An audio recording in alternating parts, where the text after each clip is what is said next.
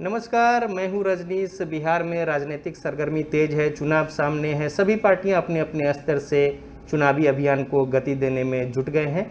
हमारे साथ आज बातचीत करने के लिए खास मेहमान हैं चिराग पासवान। उनसे हम बातों को करते हैं। हालांकि मौका तो ऐसा नहीं है, बहुत सारी बातें हैं, लेकिन कुछ मजबूरियां भी है और जो जवाबदेही जिम्मेदारी है चिराग पासवान के ऊपर, इसको लेकर कुछ बातें भी ज़रूरी है। लिहाजा उनसे बातचीत के क्रम में हम जानते हैं कई सारे ऐसे सवाल हैं जो कि आम लोगों के लिए भी बेहद ज़रूरी है जानना, साथ ही साथ राजनीतिक हलकों में भी ज़रूरी है कि कई बातें स्पष्ट हो जाए। तो बहुत स्वागत है चिराग जी आपका। सबसे पहले सवाल जो ये है कि कई सारी बातें आ रही थी, हालांकि इस दरमियान परिस्थितियां भी कुछ वैसी नहीं थी पारिवारिक वजह से और बाकी, लेकिन निर्णय लेने में काफ़ी देरी हुई और कई असमंजस की स्थिति आम लोगों में रही और राजनीतिक हलकों में भी। तो आखिर क्या वजह है कि इतनी देरी हुई निर्णय लेने में? देखिए, निर्णय लेने में देरी का सिर्फ एकमात्र कारण था क्योंकि हम लोग गठबंधन में थे एनडीए के, और भारतीय जनता पार्टी के साथ केंद्र में एक मजबूत गठबंधन लोक जनशक्ति पार्टी का लंबे समय से रहा है। तो हम लोग चाहते थे कि अगर वो गठबंधन उसी तरीके से अगर आगे चले, पर उस गठबंधन को आगे लेकर जाने की सिर्फ एकमात्र शर्त जो लोक जनशक्ति पार्टी द्वारा या मेरे द्वारा थी, वो सिर्फ बिहार फर्स्ट बिहारी फर्स्ट जो हम लोग का विजन डॉक्यूमेंट है, उसको आगामी सरकार में साझा न्यूनतम कार्यक्रम के तौर पे उसको जोड़ा जाए। मीडिया में अक्सर मैंने देखा, ये कहा गया सुना कि मैं दबाव की राजनीति कर रहा हूँ, सीटों की संख्या बढ़ाने के लिए मैं ये प्रेशर पॉलिटिक्स कर रहा हूँ, जबकि मैं आपको हकीकत में आपको बताता हूँ कि भारतीय जनता पार्टी के किसी भी नेता के साथ मेरी संख्या को, सीटों की संख्या को लेकर मेरी कोई बातचीत सामने बैठकर नहीं हुई है।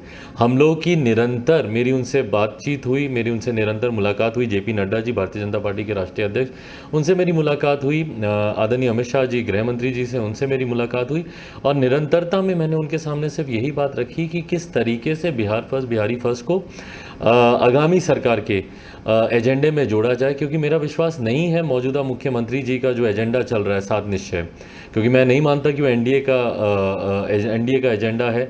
महागठबंधन की सरकार में 7 निश्चय को बनाया गया था। जब कांग्रेस, राजद और जनता दल यूनाइटेड की सरकार थी तो उस वक्त 7 निश्चय को बनाया गया था, और 7 निश्चय के साथ बिहार का विकास हो ऐसा मैं नहीं मानता। बिहार में सिर्फ नली गली बनाना या हर घर जल पहुंचाना, आप देश में आप विकास के आप मापदंड देखें तो दुनिया तो खैर कहाँ से कहाँ पहुंच गई है, बट अगर आप देश भी देखें तो कहाँ से कहाँ पहुंच रहा है, और अभी भी हम लोग नली गली घर में जल कैसे पहुँचे, इन्हीं सब चीज़ों में हम लोग उलझे हुए हैं। तो इसीलिए बिहार फर्स्ट बिहारी फर्स्ट को लेकर मैंने एक लंबे समय से मैंने काम किया। लगभग 4 लाख से ज़्यादा लोगों से मैंने सुझाव इकट्ठे किए और बिहार की कोई ऐसी समस्या नहीं है। आप किसी भी समस्या का रजनीश जी आप जिक्र करें, कोई समस्या ऐसी नहीं है जिसका समाधान Bihar first Bihari first vision document में नहीं है। भले वो पलायन से जुड़ी हो, भले वो शिक्षा से जुड़ी हो, रोज़गार से जुड़ी हो, स्वास्थ्य से जुड़ी हो, इंफ्रास्ट्रक्चर से जुड़ी हो। चिराग जी, अगर बात करें यहाँ पे तो मुख्यमंत्री नीतीश कुमार ने अपने पहले भी जब कैंपेन किया था बहुत अच्छा काम किया है, या फिर जो भी है एक गठबंधन के तौर पे बातें थी।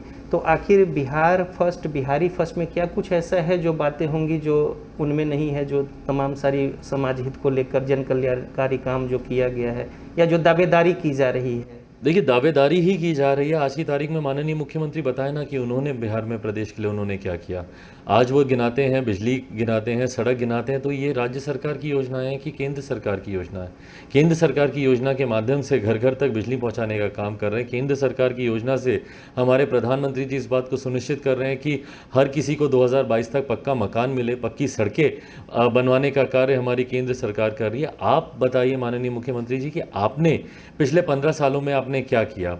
और बिहार फर्स्ट बिहारी फर्स्ट इसीलिए जब मैं उनके साथ सरकार में एक छोटे समय के लिए, जब हमारे मंत्री हाजीपुर से सांसद आदरणीय पशुपति कुमार पारस जी जब सरकार का हिस्सा थे, उनके माध्यम से भी कई बार कई तरीके के सुझाव मैंने माननीय मुख्यमंत्री जी के समक्ष रखे। शिक्षा प्रणाली को बेहतर बनाने की हम लोग को बहुत ज़्यादा ज़रूरत है। आज की तारीख में मेरे लिए चिंता का विषय कि भैया क्यों मेरे बच्चे कोटा में जाते हैं। आप अगर कोटा में देखें तो पढ़ने वाला बिहारी, पढ़ाने वाला बिहारी, वहाँ पर शैक्षिक संस्थान के अधिकांश ओनर्स वो बिहारी, पर व्यवस्था राजस्थानी। क्यों ये व्यवस्था हम बिहार में, पटना में हम नहीं दे सकते? यहाँ पर अपने घरों में अपने बच्चों को यहीं पर रखकर और उससे जो राजस्व जो प्रदेश से बाहर जाता है, सैकड़ों करोड़ रुपए ट्यूशन फी के नाम पर बाहर जाते हैं, उसको हम लोग यहाँ पर हम लोग रोक सकते हैं। क्यों आज की भी तारीख में स्वास्थ्य व्यवस्था हमारे प्रदेश की इतनी ज़्यादा बुरी है? कल सबसे पहले मैं अपनी संवेदना में प्रकट करता हूँ, मैं श्रद्धांजलि अपनी तरफ से देता हूँ जिस तरीके से माननीय मंत्री विनोद जी का कल निधन हुआ। क्यों दिल्ली में मेदांता में उनको जाके अपना इलाज कराना पड़ा? और बिहार सरकार के आप किसी भी मंत्री को देख लीजिए, किसी भी एमएलए को देख लीजिए, विधायक हो, विधान पार्षद का सदस्य हो, कोई भी नेता हो, कभी भी कोई गंभीर बीमारी होती है, गंभीर व्यवस्था होती है तो उनको जाना पड़ता है दिल्ली। रघुवंश बाबू को देख लीजिए, दिल्ली में एम्स में इलाज करा रहे थे। क्यों बिहार में हम लोग इस तरीके की स्वास्थ्य व्यवस्था नहीं दे सकते कि हमारे लोगों को बिहार से बाहर नहीं जाना पड़े? दिल्ली में आप देखिए एम्स के सामने दिनों दिन तक बुजुर्ग लाइन लगा के खड़े रहते हैं डॉक्टर से मिलने के लिए। इंफ्रास्ट्रक्चर की बदहाली आप देख लीजिए कैसी है यहाँ पर। पुल बनते बाद में है, टूटते पहले हैं। यहाँ पर निवेश ना के बराबर होता है। मुझे नहीं याद कि आखिरी बार कब हमारे मुख्यमंत्री जी ने इन्वेस्टर समिट बुलाया था। जब तक आप इन्वेस्टर समिट नहीं बुलाएंगे, जब तक आप लैंड रिफॉर्म्स में आप बदलाव नहीं करेंगे, जब तक निवेशकों को आप सस्ती दरों पर सही जगह पर आप ज़मीन उपलब्ध करा कर नहीं देंगे, जब तक उनको सिंगल विंडो क्लियरेंस आप नहीं देंगे तो निवेश होगा नहीं। जब तक निवेश नहीं होगा उद्योग नहीं आएगा। इसका मतलब गठबंधन में जब घटक दल के तौर पे थे तो क्या आपने बातों को सही जगह पे रखा नहीं या फिर उन्होंने सुना नहीं? नहीं, उन्होंने सुना नहीं। मैंने अपनी तरफ से तो मैंने पूरा प्रयास किया, निरंतर मैंने प्रयास किया, लिखित माध्यम से मैंने प्रयास किया, उनको कई अनेकों सैकड़ों की संख्या में मैंने उनको पत्र लिखे। पर ईमानदारी की बात है, माननीय मुख्यमंत्री जी का विजन या तो वो एक सैचुरेशन पे आ गए हैं। कल जिस तरीके से उन्होंने अपने बयान में उन्होंने अपनी बातों में खुद ही उन्होंने इस बात को कहा कि इंडस्ट्री यहाँ पर आ ही नहीं सकती। क्यों? क्योंकि भूगोल यहाँ का इस तरीके का है। भैया पंजाब का भी भूगोल है, वहाँ पर भी नदियाँ आसपास में हैं, वहाँ पर भी जो इंडस्ट्रीज लग रही हैं, हरियाणा में इंडस्ट्रीज लग रही है। पर ईमानदारी से मुख्यमंत्री जी की जो सोच है, युवा विरोधी एक तरीके से ये सोच है। ना ये शिक्षा को बेहतर करना चाहते हैं, ना ये रोजगार को बेहतर करना चाहते हैं। यहाँ पर आज भी हमारे युवा आज भी पलायन करने को मजबूर हैं। और इसीलिए मैंने स्पष्ट रूप से ये कहा कि हर एक वोट जो जनता दल यूनाइटेड के प्रत्याशियों को जाएगा वो कहीं ना कहीं कल फिर से हमारे बच्चों को पलायन करने के लिए वो मजबूर करेगा और बिहार को और बर्बादी की कगार पर लेकर जाएगा। तो चिराग जी, सवाल बड़ा ये है कि लोगों में जो कन्फ्यूज़न है वो ये है कि आखिर केंद्र में आप साथ साथ में हैं, लेकिन यहाँ पे जिस तरीके से जेडीयू के साथ इस तरह की बैर है, और यहाँ पे तो स्लोगन भी आ रहा है कि बीजेपी से बैर नहीं और जेडीयू की खैर नहीं। तो आखिर ये किस तरीके से है? यहाँ पे भी आप बीजेपी के संग संग चल रहे हैं जबकि जेडीयू के उलट बातें हो रही हैं। तो कई सारा कन्फ्यूजन है, इसको कैसे दूर करेंगे या कुछ किस तरीके से लोग इसको समझ पाएं? जनता दल यूनाइटेड का भी अगर आप देखें तो उन्होंने भी विभिन्न राज्यों में और चुनाव लड़ा है भारतीय जनता पार्टी के सामने। हाल फिलहाल के दिनों की बात आप ले लीजिए, झारखंड में इन्होंने चुनाव लड़ा है। ये अपने आप को सबसे पुराना घटक कहते हैं, पर 2011-12 कई ऐसे चुनाव हैं, गुजरात के चुनाव ले लीजिए, विभिन्न राज्यों के चुनाव ले लीजिए, जहाँ पर जनता दल यूनाइटेड ने भारतीय जनता पार्टी के सामने चुनाव लड़ा है। और ये गठबंधन धन की परंपराओं में से एक है। केंद्र में आपका गठबंधन अलग होता है, विभिन्न राज्यों में आपका गठबंधन अलग होता है। मैं मणिपुर का भी एक मॉडल आप लोगों के समक्ष रखना चाहूँगा। जब हम लोगों ने मणिपुर में भारतीय जनता पार्टी के सामने ही हम लोगों ने चुनाव लड़ा और हमारे जो विधायक जीत कर आए, अंतोगत्वा एक विधायक से वहाँ पर सरकार बननी थी भारतीय जनता पार्टी की, और हमारे विधायक ने पुनः मणिपुर में भारतीय जनता पार्टी के मुख्यमंत्री बनने के लिए अपना समर्थन दिया। उसी तरीके से आज भी मैं इस बात को लेकर स्पष्ट हूँ कि मेरा भारतीय जनता पार्टी के साथ ज़रूर गठबंधन है, केंद्र में भी है और बिहार में भी मैं इस परंपरा को निभा रहा हूँ। तभी हम लोगों ने भारतीय जनता पार्टी के सामने प्रत्याशी नहीं उतारने का हम लोगों ने फैसला लिया है, पर वहीं जनता दल यूनाइटेड के सामने हम लोग ज़रूर प्रत्याशी उतारेंगे। और मेरे जितने भी जीते हुए विधायक हैं, हर कोई भारतीय जनता पार्टी का मुख्यमंत्री बनाने के लिए प्रयासरत रहेगा। तो यानी कि अब स्पष्ट है कि आप जेडीयू को सत्ता से बाहर करना चाहते हैं या मुख्यमंत्री का चेहरा बदलना चाहते हैं? 100%। अब मेरा विश्वास नहीं है कि मौजूदा मुख्यमंत्री बिहार के विकास के लिए कुछ कर सकते हैं। वो खुद ही अपने हाथ खड़े कर चुके हैं, वो खुद ही कह चुके हैं कि अब इंडस्ट्रीज़ यहाँ पे नहीं आ सकती। वो खुद ही कह चुके हैं कि हमसे जितना हो पाया हमने किया, मतलब भविष्य में अब उनके पास और करने के लिए कुछ है नहीं। और सही मायनों में जनता को अब बदलाव की ज़रूरत है। बिहार में कई ऐसी चीज़ें आप बनस्पत बाकी राज्यों के अगर आप बिहार को देखें, जिस बदहाल परिस्थिति में है, जिस तरीके से यहाँ का इंफ्रास्ट्रक्चर पूरी तरीके से तहस नहस हो चुका है, उसको दोबारा से खड़ा करने की ज़रूरत है और बिहार की खोई हुई अस्मिता को वापस लाने की ज़रूरत है। मेरी लड़ाई सिर्फ उसके लिए है। लेकिन सवाल है कि जब आप जेडीयू को बाहर करना चाहते हैं या मुख्यमंत्री के चेहरा को आप बदलना चाहते हैं, लेकिन बातें जो निकल कर आ रही है वो यही है कि जिस तरीके से जेडीयू के खिलाफ जो एंटी इनकम्बेंसी वोट है, वो वोट अगर आरजेडी या विपक्ष के खाते में जाती, वो रिवर्स होके एलजेपी के पास आ रही, या फिर अग्री जाति के जो वोटर्स हैं वो जेडीयू के अगर खिलाफ होते एंटी इनकम्बेंसी में, जो विपक्ष को जाती वो एलजेपी में आएगी। यानी अप्रत्यक्ष रूप से फ़ायदा जो है आप एनडीए को पहुंचा रहे हैं, और ऐसे में एक सेफ्टी वॉल्व का काम हो रहा है। तो आप अप्रत्यक्ष तौर पे तो फिर जेडीयू को ही फ़ायदा पहुंचा रहे हैं, क्योंकि बीजेपी स्पष्ट करी कि हमारा चेहरा जो है वो मुख्यमंत्री नीतीश कुमार का ही होगा। देखिए, संख्या बल भी मायने रखेगा। पहले माननीय मुख्यमंत्री सीटें तो जीतें। आज की तारीख में जितना आक्रोश है, आज की तारीख में जितनी नाराज़गी है जनता में माननीय मुख्यमंत्री जी के प्रति, उसके लिए उनका सीटें जीतना भी ज़रूरी है। और इस बात को मैं खुद ही पहले से ही मैं स्पष्ट कर चुका हूँ कि जो भी मेरे विधायक जीत कर आएंगे, भाजपा लोजपा की सरकार बनेगी। सही मायनों में डबल इंजन की सरकार बनाने का मेरा लक्ष्य। और डबल इंजन की सरकार का मतलब यही है कि केंद्र में भी भाजपा के नेतृत्व में सरकार है, तो प्रदेश में भी भाजपा के नेतृत्व में ही सरकार बने। तो मेरा हर जीता हुआ विधायक भारतीय जनता पार्टी का मुख्यमंत्री बनाने का काम करेगा। लेकिन चिराग जी, यहाँ पे बात फिर वही कन्फ्यूज़न की है कि जहाँ पे आप घटक दल हैं केंद्र में, वहाँ आप कह रहे हैं कि हम बीजेपी के चेहरा को आगे करेंगे आफ्टर जो परिणाम होंगे जो भी चुनाव के, और बीजेपी कह रही है कि हमारा बिल्कुल स्पष्ट मत है कि भाई एलजेपी से बिहार में हमारा कोई मतलब नहीं है, और चेहरा जो है वो मुख्यमंत्री नीतीश कुमार का होगा। ये एक सवाल। दूसरा लगे सवाल ये है कि प्रधानमंत्री के चेहरे जो हैं कैंपेन में, उसको लेकर भी है, वो कह रहे हैं कि आपको तो हम उनका चेहरा उपयोग नहीं करने देंगे, और उस पर क्या कुछ वस्तुस्थिति होगी। चूँकि केंद्र सरकार में कोई शामिल हो और वो प्रधानमंत्री की बातों को या उनके योजना को या उनके चेहरा को उपयोग में न लाए, ये दो बातें बड़ा विरोधाभासी है। रजनी जी, कौन इस्तेमाल कर रहा है? मैं कहाँ इस्तेमाल कर रहा हूँ? मेरी पार्टी अलग है। मेरी पार्टी के नेता, हमारे संस्थापक आदरणीय रामविलास पासवान जी का अपना नाम, अपना चेहरा और उनके पिछले 51 साल के किए हुए काम अपने में काफ़ी हैं। और मेरा प्रधानमंत्री जी के साथ दिल का रिश्ता है, मेरा उनके साथ विचारों का संबंध है। मैं उनके विचारों के साथ सहमत हूँ। मुझे उनकी तस्वीर लगाने की वैसे ही कोई ज़रूरत नहीं है। मुझे नहीं ज़रूरत कि मैं उनकी तस्वीर लगाकर मैं किसी तरीके का दिखावा करूँ। जिनको दिखावा करने की ज़रूरत है, क्यों? क्योंकि जिनके दिल नहीं मिलते उनको तस्वीरों का सहारा लेने की ज़रूरत है। आप उनकी नीतियों से सहमत नहीं होते, निरंतर आप प्रधानमंत्री जी की आलोचना करते हैं। क्या किया आज तक हमारे मुख्यमंत्री ने हमारे प्रधानमंत्री जी की नीतियों की आलोचना करने के अलावा? आप साल 2013 से ले लीजिए, जब ये गठबंधन में अपना हाथ छिटक कर गए थे, प्रधानमंत्री जी के नाम पर ही अपना हाथ छिटक कर गए थे। उसके बाद से अभी तक ले लीजिए, धारा 370 की बात हो, ट्रिपल तलाक की बात हो, एनआरसी सीए पर तो इन्होंने विधानसभा में उसके खिलाफ प्रस्ताव तक इन्होंने पारित करवा दिया। तो कौन सी ऐसी नीति है जिसका माननीय मुख्यमंत्री जी ने समर्थन किया? और उनको पता है कि जनता भी इस बात को जानती है कि ये कभी किसी नीति का समर्थन करते ही नहीं है हमारे प्रधानमंत्री जी की, और इसीलिए इनको तस्वीर लगाने की ज़रूरत है।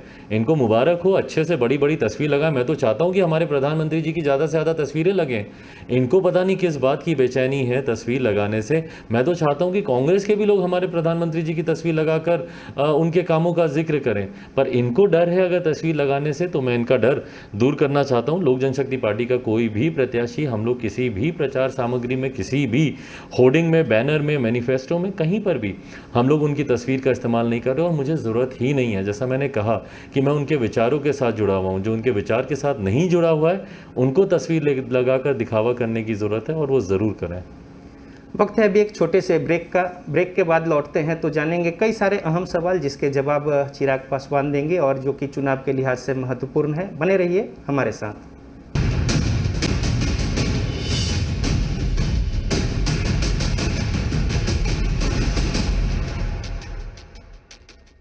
ब्रेक के बाद एक बार फिर से आपका बहुत बहुत स्वागत है। हमारे साथ चर्चा में है चिराग पासवान। चुनावी गतिविधियां तेज है। एक महत्वपूर्ण कड़ी के तौर पर एलजेपी अपनी उपस्थिति को लेकर पहले भी जानी जाती रही है बिहार की राजनीति में, और इस बार जो रुख है एलजेपी का और चिराग पासवान का, वो भी कई सारे सवाल के साथ है, और साथ ही साथ एक नया विकल्प के तौर पर भी है। तो बातों को हम जारी रखते हैं और जानते हैं। ब्रेक से पहले हमने जानना चाहा था जो सवाल, उसमें एक सवाल जो रह गए थे। चिराग जी, ब्रेक से पहले जो सवाल किया था मुख्यमंत्री के चेहरा का और प्रधानमंत्री के चेहरा का, जिसका आपने जवाब दिया, लेकिन जैसा कि हमने पहले पूछा आपसे, आप गठबंधन की जो सरकार बनाना चाहते हैं बीजेपी के साथ, जबकि बीजेपी कमिटमेंट है, उनका कमिटेड है कि वो मुख्यमंत्री नीतीश कुमार को बनाएंगे। तो फिर ये यहाँ पे जो कन्फ्यूज़न है इसको कैसे दूर कर रहे हैं? रजनी जी, कोई कन्फ्यूजन नहीं है। चुनाव परिणाम आने दीजिए, 10 तारीख को पता चल जाएगा। सरकार बनाने के लिए, आप मुख्यमंत्री बनने के लिए आपके पास संख्या बल भी तो होना चाहिए। अगर आप उतनी संख्या ही नहीं ला पाएंगे, अगर आपके पास उतने विधायक ही नहीं आएंगे, और आज की तारीख में प्रत्यक्ष को प्रमाण की ज़रूरत नहीं है। आप जनता के बीच आप जाकर देखिए, जिस तरीके से जनता में आक्रोश है माननीय मुख्यमंत्री जी के नाम पर, जिस तरीके से जनता में आक्रोश है उनके विधायकों के खिलाफ, किस तरीके से लोग अपना आक्रोश प्रकट कर रहे हैं, कहीं पर तो हाथापाई तक की भी नौबत आ रही है। तो ये अपने में दर्शाता है कि जो आक्रोश है वो संख्या बल में तो नहीं कम से कम परिवर्तित होने वाला। और ये मान के चलिए कि मुख्यमंत्री जी का आखिरी कार्यकाल है, इसके बाद बिहार भी बदलाव चाहता है, और ज़रूरी भी है बिहार के विकास के लिए, क्षेत्र के विकास के लिए ज़रूरी है कि बिहार में नेतृत्व परिवर्तन हो और डबल इंजन की सरकार सही मायनों में प्रदेश में आए। तो एलजेपी कैसे अपनी चुनावी गतिविधियों को आगे बढ़ाएगी और किस तरीके से योजना है, चूँकि कुछ आपके साथ भी कुछ मजबूरियां हैं अभी फ़िलहाल इस समय, और साथ ही साथ पार्टी को लेकर कई सारी बातें हैं, या फिर जो प्रत्याशियों का चयन है, तो किस तरीके से अब आगे बढ़ रहे हैं आप योजना को लेकर? देखिए, पिताजी के निधन के बाद ज़रूर उनकी कमी बहुत ज़्यादा खलती है। आज उनके बिना ऐसे चुनाव में उतरना पड़ेगा, ये मैंने कभी सपने में भी इस तरीके से नहीं सोचा था कि ऐसी परिस्थिति कोई सामने उत्पन्न होगी। बट बहरहाल हिम्मत भी मुझे उन्हीं से ही मिलती है, और ये उन्हीं का ही सपना है। उन्होंने ही इस बात को प्रमुखता से, निरंतरता में, जब वो अस्पताल में भी थे, बार बार उन्होंने मुझे इस बात के लिए कहा था कि हम लोग को अकेले चुनाव लड़ना ज़रूरी है, हम लोग को जनता दल यूनाइटेड के सामने चुनाव लड़ना ज़रूरी है। आदरणीय रामविलास पासवान जी ने इस बात को इतनी प्रमुखता से, पापा ने मुझे कहा था कि अगर आज तुम्हारे समर्थन से पुनः 5 साल के लिए मौजूदा मुख्यमंत्री नीतीश कुमार जी पुनः प्रदेश के मुख्यमंत्री बनते हैं, तो तुम अपने आप को अगले 5 साल, 10 साल, 15 साल के बाद तुम अपने आप को कभी माफ़ नहीं कर पाओगे कि तुम्हारी वजह से बिहार पुनः 5 साल पीछे चला गया। तो ये उन्हीं का ही सपना है कि अकेले मैं चुनाव में उतरूं, और हमारे पास बिहार फर्स्ट, बिहारी फर्स्ट जैसी नीति है, एक विजन डॉक्यूमेंट है, जिसके तहत हम लोग आगे लेकर जाना चाहते हैं। और मुझे खुशी है कि बिहार फर्स्ट, बिहारी फर्स्ट आज की तारीख में मैं अपने तमाम कैडर, तमाम कार्यकर्ताओं का मैं धन्यवाद करूंगा कि उन्होंने इसको घर घर पहुंचाने का उन्होंने काम किया है। ज़रूर कुछ दिनों तक मेरे लिए संभव नहीं होगा, जो रीति रिवाज हैं, जो रस्में हैं, उनको पूरा करने में लगभग अभी हफ्ते भर का समय मुझे और लगेगा। उसके बाद ही मैं घर से बाहर निकल पाऊंगा। पर तब तक डिजिटल माध्यम से मैं ज़रूर क्षेत्रवासियों से, अपने प्रत्याशियों से, अपने कार्यकर्ताओं से रोज़ जुड़ने का मैं प्रयास करता हूं। आज भी सुबह डिजिटल रैलीज हुई थी मेरी, और उसके माध्यम से मैंने जुड़ने का प्रयास किया और अपनी बातों को जनता तक रखने का प्रयास किया। पर बहुत शीघ्र ही जनता के बीच भी जाऊंगा, और वहां पर जाकर भी तमाम इन बातों को, अपनी लकीर को किसी दूसरे की लकीर को छोटा दिखाकर बड़ा करने का प्रयास नहीं होगा मेरा, जैसा माननीय मुख्यमंत्री करते हैं कि पिछले 15 साल में क्या हुआ और इसीलिए उनके 15 साल बेहतर हैं। मुख्यमंत्री जी के कार्यकाल को छोटा दिखाना मेरा लक्ष्य नहीं है, पर हाँ, बिहार फर्स्ट, बिहारी फर्स्ट एक बड़ी लकीर है जो मैं बिहार के विकास के लिए खींचना चाहता हूँ। चिराग जी, अगर पासवान जी की बात करें, न सिर्फ पार्टी की स्थापना की, बल्कि अगर 50-51 वर्षों की जो राजनीति रही है, करीब पिछले 30 वर्षों से तो निश्चित तौर पे बिहार की राजनीति में एक धुरी के तौर पे जो काम हुआ है, उसमें एलजेपी को कहीं कोई नकार नहीं सकता। तो अब जबकि इस तरीके से जो परिस्थितियां बनी और पासवान जी इस चुनाव में नहीं है, उनकी अनुपस्थिति में ये चुनाव हो रहा है, तो ऐसे में मार्गदर्शन का और तमाम बातों का तो निश्चित तौर पे प्रभाव होगा। लेकिन किस तरीके से इसको आप पाट पाएंगे, चूँकि चुनौती बड़ी है और जाहिर तौर पे गार्जियन का ना होना एक दुखदाई है, लेकिन समय जो है वो चुनौतियों का है। और पासवान जी कहते भी थे कि कर्म को लेकर आगे बढ़ो, और वो इस तरीके से प्रेरित भी करते थे। तो किस तरीके से उनकी कमी है और कैसे भरपाई करेंगे? देखिए, पापा ये कहते थे कि अगर तुम्हारी राह सही है, अगर तुम्हारी डगर सच्ची है, तो उस पर अकेले चलने से भी कभी मत डरना। अपना ही उदाहरण देते थे, बोलते थे कि आज रामविलास पासवान को लोग रामविलास पासवान के नाम से जानते हैं, जहाँ पर एक आवाज़ पे लाखों करोड़ों कार्यकर्ता खड़े होते हैं। बोलते हैं कि पर आज से 50 साल पहले की कल्पना करो, जब मुझे कोई नहीं जानता था। उस वक्त एकमात्र व्यक्ति जो मेरे लिए दिन रात पोस्टर मेरा चिपकाता था, मेरा झंडा उठाता था, वो मेरा भाई था। अकेला मैं चला था अपने भाई के साथ, और धीरे धीरे ये सब लोग जुड़ते गए। उन्होंने मुझे अंतिम दिनों में ये बात बहुत स्पष्ट रूप से समझाई कि कोई भी मजबूत निर्णय हो, अगर तुम्हें लगता है वो सही है, उस पर अकेला भी चलने से तुम कभी मत डरना। और हकीकत भी यही है, हम लोगों ने किया भी यही। अगर बिहार पे अगर सिर्फ राज करना होता हम लोगों को, तो लोक जनशक्ति पार्टी मुझे लगता है जिस मौजूदा अलायंस में हम लोग थे, उस अलायंस में जितनी भी सीटें मिलती लोकसभा की तर्ज पर, मुझे लगता है हम लोग का 100% हम लोग का स्ट्राइक रेट रहता और सारी सीटें हम लोग जीतते और एक कंफर्टेबल अलायंस में रहते और सरकार में, आगामी सरकार में भी कहीं ना कहीं हम लोग को उचित प्रतिनिधित्व हम लोग को मिलता। पर बिहार पर राज करने की मेरी लड़ाई नहीं है, बिहार पर नाज करने की मेरी लड़ाई है। मैं बिहार की खोई हुई अस्मिता को मैं वापस लाना चाहता हूँ। इसीलिए डगर ज़रूर कठिन है, संघर्ष का रास्ता है, पर संघर्ष का रास्ता चुना ही इसीलिए है ताकि कल को बिहार में मेरे युवा साथियों को, बिहार के आने वाली पीढ़ी को ये संघर्ष ना करना पड़े। चिराग जी, आपने कहा लोकसभा में जब इस गठबंधन के साथ आप चुनाव लड़ते हैं तो स्ट्राइक रेट जो है वो 100% होता है। तो अभी जो चुनाव होंगे उसमें किस तरह की उम्मीदें हैं और क्या कुछ स्वरूप आप देखते हैं फिगर के तौर पे? देखिए, मैं फिगर का अगर मैं जिक्र करूंगा तो कहीं ना कहीं मैं जनता की बुद्धि, जनता के विवेक को मैं चुनौती दूंगा। मुझे लगता है परिणामों का हम लोग को इंतज़ार करना चाहिए, पर इतना मैं ज़रूर कहूँगा कि मौजूदा परिस्थिति में जो आक्रोश है जनता के बीच मौजूदा मुख्यमंत्री को लेकर, मुख्यमंत्री दोबारा मुख्यमंत्री नहीं बनेंगे, ये बात स्पष्ट है। लोक जनशक्ति पार्टी का प्रदर्शन बहुत बेहतर रहेगा। जिस तरीके से जन समर्थन मुझे अभी मिल रहा है, अभी तो मैं बाहर भी इतना नहीं निकल पाया हूँ, पर उसके बावजूद जिस तरीके से हमारे प्रत्याशियों को, पार्टी को, कैडर के माध्यम से, कार्यकर्ताओं के माध्यम से जो जन समर्थन मिल रहा है, पूरा विश्वास है कि जो हमारा लक्ष्य है कि भाजपा के नेतृत्व में अगली सरकार भाजपा लोजपा की हो, उस लक्ष्य को ज़रूर मैं पूरा कर पाऊँगा। विपक्ष को कहाँ देख रहे हैं आप? देखिए, फिलहाल विपक्ष की बहुत ज़्यादा भूमिका मैं नहीं देख रहा हूँ और हकीकत में ऐसा नहीं है कि मैं किसी को साइडलाइन कर रहा हूँ या इग्नोर कर रहा हूँ, बट जवाबदेही मौजूदा नेतृत्व की है। जवाबदेही 15 साल से जो मुख्यमंत्री हैं उन्हीं की है, तो इसीलिए सवाल उन्हीं को देने हैं। कटघरे में वही खड़े हैं, सवालों के जवाब, और 15 सालों में आपने क्या किया, ये पूरा उत्तरदायित्व मौजूदा मुख्यमंत्री का है। बहुत शुक्रिया। तो चिराग पासवान जो कि बहुत ही बेबाकी के साथ अपनी बातों को रखी है और तमाम जो कन्फ्यूज़न है उसको भी उन्होंने क्लियर किया है कि किस तरीके से उनकी सोच है, पार्टी की क्या सोच है, रामविलास पासवान क्या चाहते थे, और साथ ही साथ आने वाले चुनाव में या फिर चुनाव परिणाम के बाद किस तरीके की तस्वीर अगर एलजेपी के लिहाज से बात करें तो होगी। इस बात को भी उन्होंने बड़े ही प्रमुखता के साथ, स्पष्टता के साथ कही है। बहरहाल इस चर्चा में इतना ही, मुझे दीजिए इजाज़त। नमस्कार।